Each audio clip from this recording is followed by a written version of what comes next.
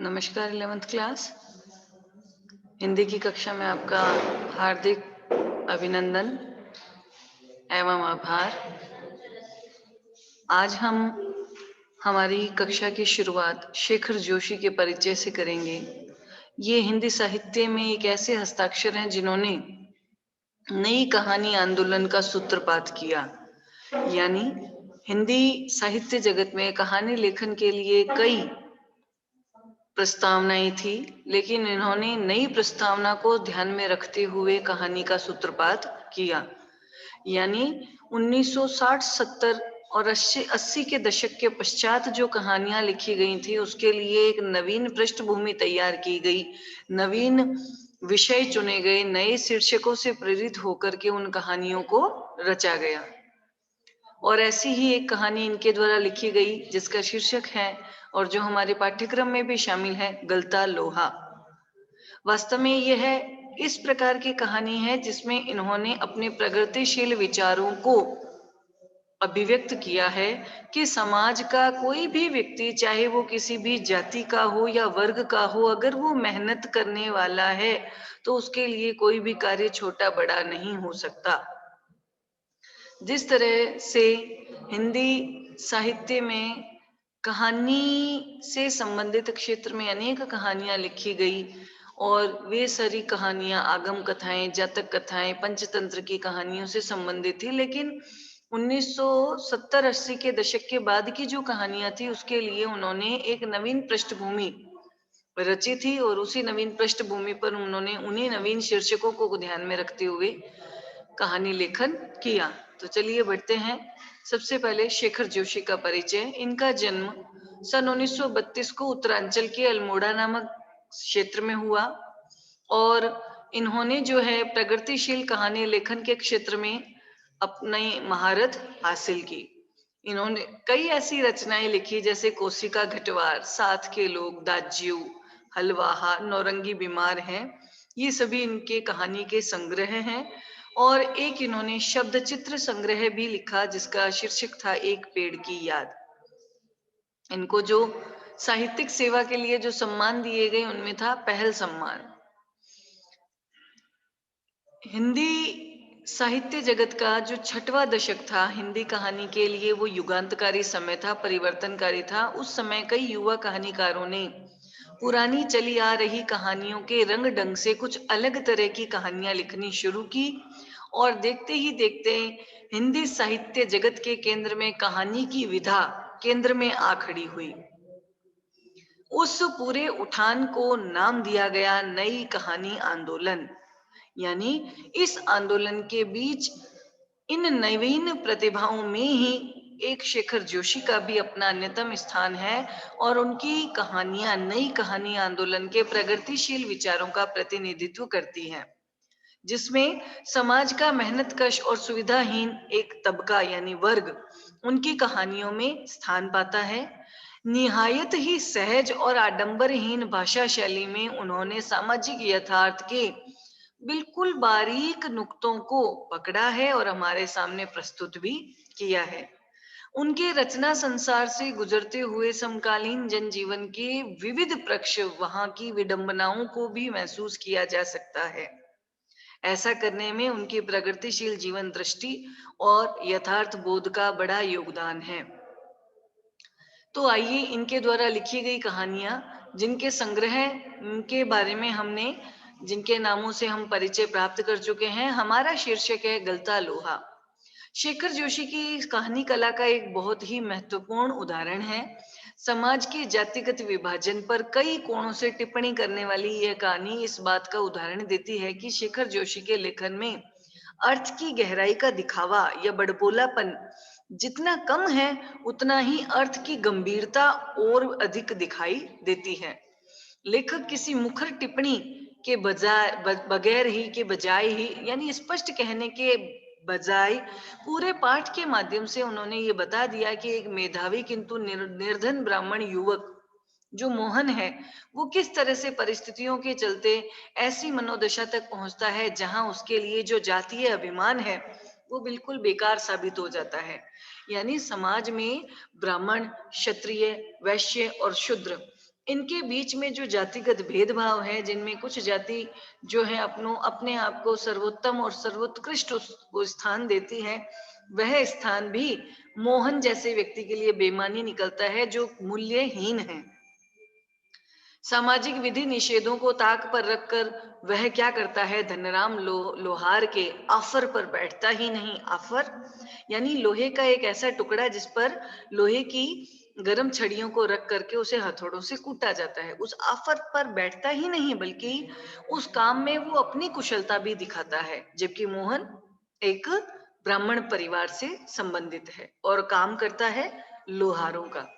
मोहन का व्यक्तित्व जातिगत आधार पर निर्मित इस झूठे भाईचारे की जगह है मेहनत कश के सच्चे भाईचारे की प्रस्तावना को प्रतीत करता है।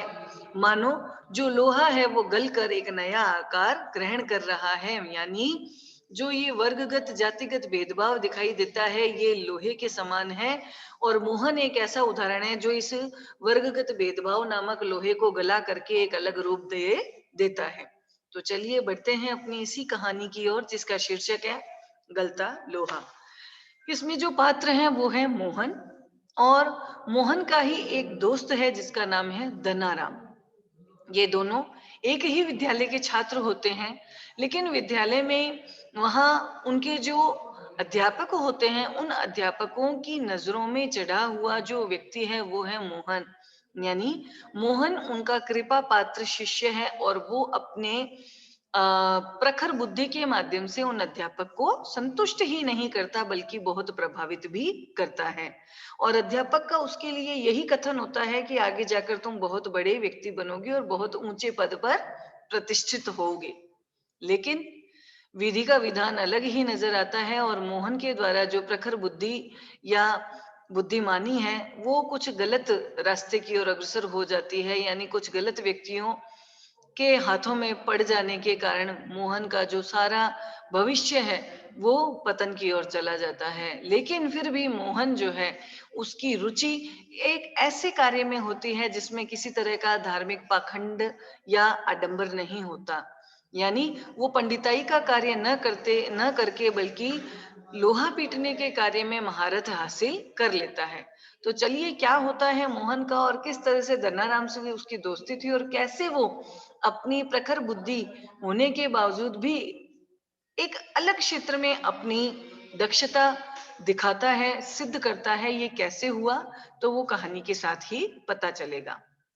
देखिए, मोहन के पैर अनायास यानी अचानक ही शिल्पकार टोले की ओर मुड़ गए। शिल्पकार टोला यानी एक ऐसा समूह, लोगों का समूह जो तरह तरह के शिल्प यानी तरह तरह की कलाओं में पारंगत है। उसके मन में किसी कोने में शायद धनाराम लोहार के आफर की गूंज शेष थी। आफर मैंने आपको पहले ही बताया, लोहे का एक ऐसा टुकड़ा जिस पर जो लोहार है वो गर्म लोहे को धर कर उसको हथौड़ों से कूटता है। धनाराम लाहौर के आफर की जो अनुगूंज थी वो उसके कानों में थी, जिसे वह पिछले 3-4 दिनों से उसकी दुकान की ओर जाते हुए दूर से सुनता रहा। निहाई पर रखे लाल गरम लोहे पर पड़ती हथौड़ी, निहाई जिसे आफर कहा गया है, यानी निहाई वह स्थान, वह लोहे का टुकड़ा जिस पर लोहे की गरम छड़ को रखकर उसे हथौड़ों के दबदब से टूट तोड़ा जाता है, नया आकार दिया जाता है। निहाई पर रखे लाल गरम लोहे पर पड़ती हथौड़ों की धपधप आवाज, ठंडे लोहों पर लगती चोट से उठता ठनकता हुआ स्वर, और निशाना साधने से पहले खाली निहाई पर पड़ती हथौड़ी की खनक, जिन्हें वह दूर से ही पहचान सकता था। यानी 3 तरह की आवाजें, एक गर्म लोहे पर जो चोट पड़ रही है, एक ठंडे लोहे पर जो चोट पड़ रही है, और एक जो खाली निहाई पर ही हथौड़ों की मार पड़ रही है।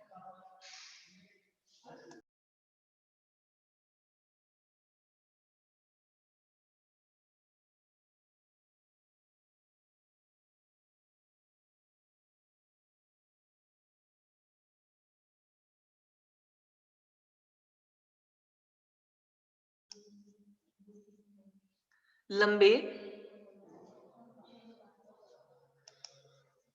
बैंट वाले हंसुए को लेकर वह घर से, अब हंसुआ यानी वो दरांती जिसके द्वारा घास फूस को काटा जाता है, लंबे बैंट वाले यानी जिसके पीछे हत्था लंबाई में था, उस दरांती को लेकर के वो घर से इस उद्देश्य से निकला था कि अपने खेत के किनारे जितनी भी कांटेदार झाड़ियां उगाई है उसको वो काट छांट कर साफ कर देगा, क्योंकि उसके पिता जिनका नाम था वंशीधर जी वो बूढ़े थे, और बूढ़े वंशीधर जी के बूते का ये अब काम नहीं था। यही क्या जन्म भर का जिस पुरोहिताई के बूते पर उन्होंने अपना घर संसार चलाया था वो भी अब वो ढंग से नहीं कर पाते थे।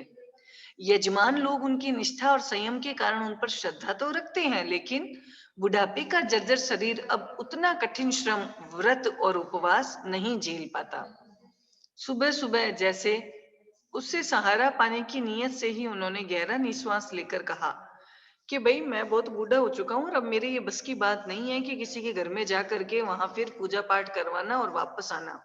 तो जो बूढ़े वंशीधर जी हैं वो क्या कहते हैं, आज गणनाथ जाकर चंद्रदत्त जी के घर रुद्र पाठ करना था।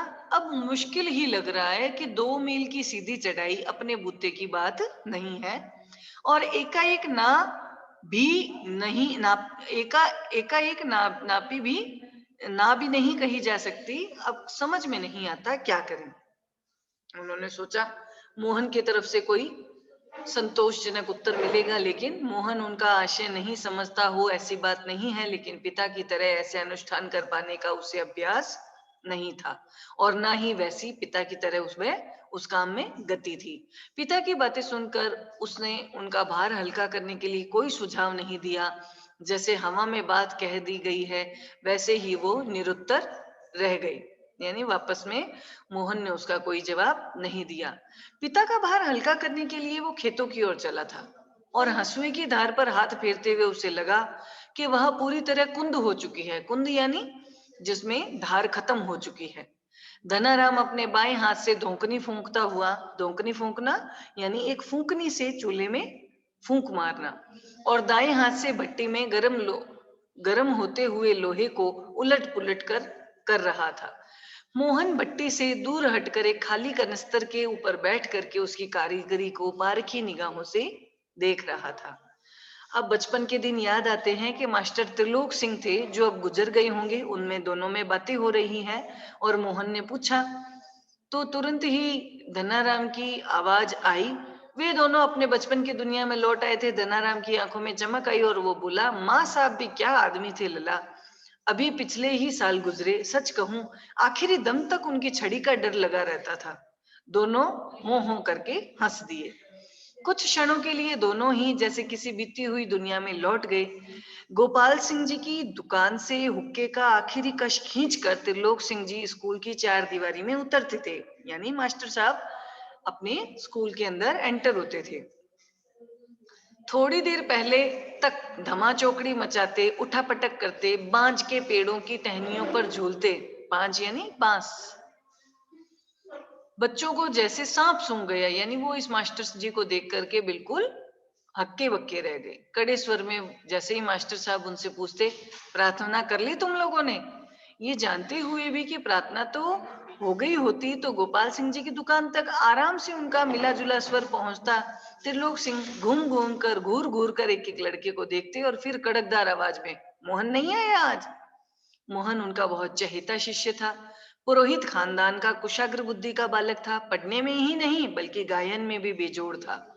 त्रिलोक सिंह मास्टर ने उसे पूरे स्कूल का मॉनिटर बना रखा था, और वही सुबह सुबह हे प्रभु आनंद दाता ज्ञान हमको दीजिए, इस तरह प्रार्थना का पहला स्वर उठाकर प्रार्थना शुरू करता था।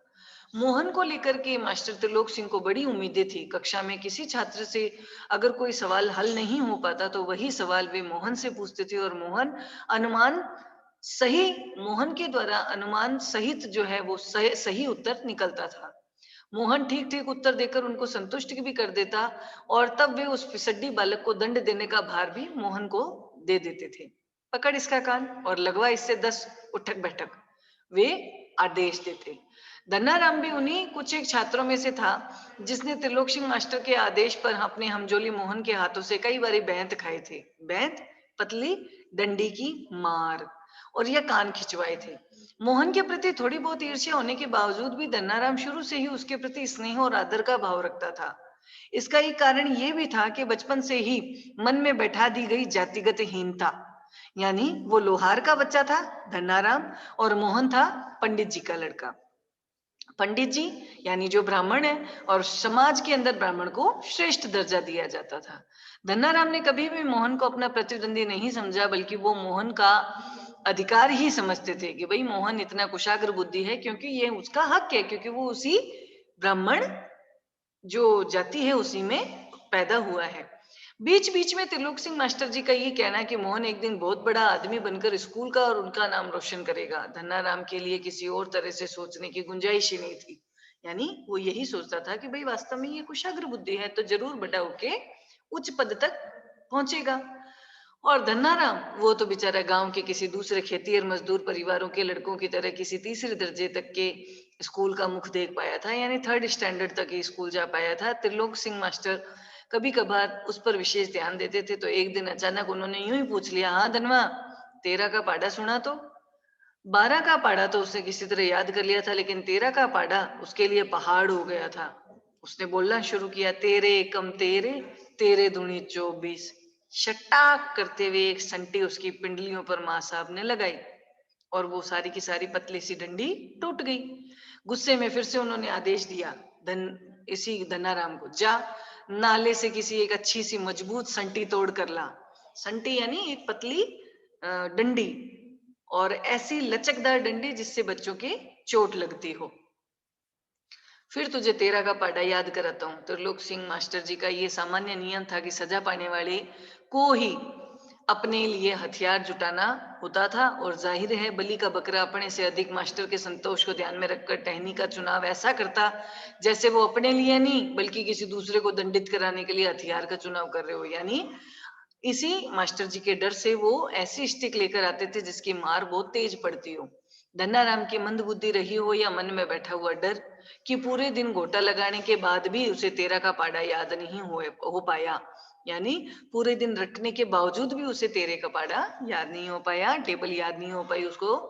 छुट्टी के बाद जब वह माँ साहब ने उससे दोबारा पाढ़ा सुना तो फिर उन्होंने कहा, तो तीसरी सीढ़ी तक पहुंचते पहुंचते वो फिर लड़खड़ा गया, लेकिन इस बार मास्टर त्रिलोक सिंह ने उसके लाए हुए बैंत का उपयोग करने की बजाय जबान की चाबुक मारी, यानी व्यंग्य कसा। क्या कहा? तेरे दिमाग में तो लोहा भरा है रे, विद्या का ताप कहाँ लगेगा इसमें। यानी तेरे तो दिमाग में तेरा जो काम है उसी पैतृक काम का लोहा तेरे दिमाग में है, क्योंकि तेरे अंदर विद्या का ताप अर्थात उसकी अग्नि पहुंच नहीं पाएगी। अपने थैले से 5-6 दरातियां निकाल कर उन्होंने धनाराम को धार लगा लाने के लिए पकड़ा दी, और किताबों की विद्या का ताप लगाने की सामर्थ्य धनाराम के पिता में नहीं थी। यानी धनाराम के पिता कौन थे? एक सामान्य लोहार थे, और वो भी लोहा पीटने का कार्य करते थे। धनाराम हाथ पैर चलाने लायक हुआ तो उसके पिता ने उसे धोकनी फूंकने यानी चूल्हे में फूंक मार कर आग भड़काने और सान लगाने के कामों में उलझाना शुरू कर दिया। सान लगाना यानी उस लोहे के उस टुकड़े पर रख करके गर्म लोहे पर हथौड़ा मारना, और फिर धीरे धीरे हथौड़ों से लेकर गन चलाने की विद्या में वो उसे दक्ष करते चले गए। फर्क इतना था कि जहां मास्टर त्रिलोक सिंह ने उसे अपनी पसंद का बैंत चुनने की छूट दी थी, वहीं धनाराम के पिता गंगाराम इसका चुनाव स्वयं करते थे, और जरा जरा सी भी गलती होने पर छड़ बैंत तथा जो भी आता था उसी से अपना प्रसाद दे देते थे। और एक दिन गंगाराम अचानक चल बसे तो धनाराम ने सहज भाव से उनकी विरासत संभाल ली, और आसपास के गांवों को भी याद नहीं रहा कि कब गंगाराम के आफर को धनाराम का आफर कहने लग गए। यानी उसी गद्दी पर जिस पर उसके पिता बैठा करते थे अब धनाराम खुद उस पर विराजमान होने लगा। तो अब धनाराम पड़ चुका लोहारगिरी के काम में, लेकिन मोहन के साथ क्या हुआ? क्या उसने पंडिताई के उसी कार्य में महारत हासिल कर ली थी? नहीं। तो उसकी रुचि किस क्षेत्र में थी? क्या उसके पिता उसकी जो ऊंचे पद पर पहुंचने की अपेक्षा थी उसको पूरा कर पाए थे? नहीं कर पाए। तो मोहन के साथ क्या हुआ, इसके बारे में हम अपनी कल की कक्षा में जानकारी हासिल करेंगे। आज के लिए इतना काफी है। धन्यवाद।